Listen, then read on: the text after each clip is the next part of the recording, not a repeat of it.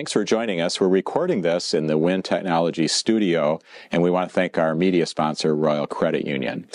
Today we have with us Joe Plouff. Joe is the Democratic candidate for 92nd Assembly. Joe, thanks for being with us. I appreciate it. It's an honor to be here. All right, well, we're glad you're here. And before we get into legislative stuff, who is Joe Plouff? What do you want voters to know about you? Well, I grew up in the De Pere area, which is 5 miles south of Green Bay. I watched Lambeau Field be built. Okay. I went to both Catholic grade school and public high school. I was in the U.S. Army in the field artillery. After that, I took advantage of the GI Bill, and I came to Eau Claire, where I earned a degree in education. I went on to teach special education for a couple of years in Lisbon. From there, I came to Menominee, went to Menominee, and I also then continued to teach. I earned a master's degree there, and after some years, I went into a couple of different directions, some healthcare, some education, and some sales. And I eventually decided to run for the state legislature in the early 90s after having worked on school bond referendums. That's what got me involved in. And then I also served on Menominee City Council. I served in the state legislature for 4 terms. I went on to county board work in Dunn County. And then I moved up to Prairie Farm for 14 years. Okay. You know, we had the trout stream and 20 acres and beautiful God's country. And about a year ago, moved back to Menominee. All right, so you've been in the legislature. Yes, I have. You're running for the legislature now. Why have you decided to do that? I decided to come out of retirement because I fear for what I see going on. I come from a time when we actually could work together. I have been on, we used to go out with people from the opposite party, and we would enjoy a meal together. We would even ride on the back of certain senators' motorcycles. Okay?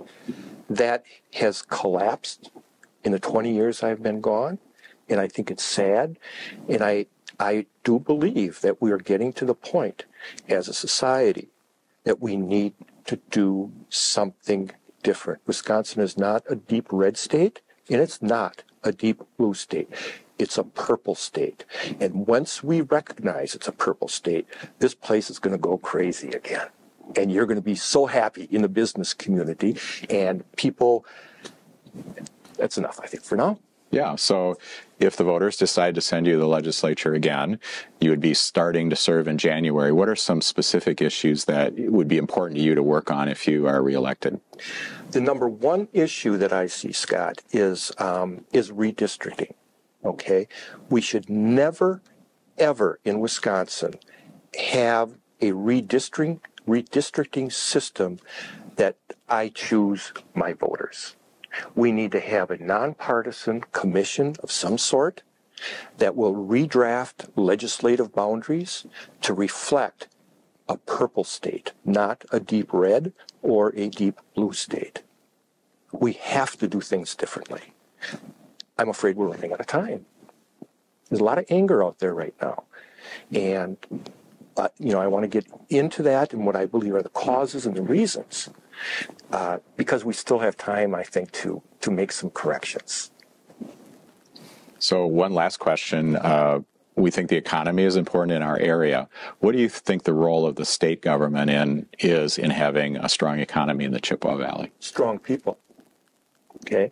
We want good employees. We want them to be educated.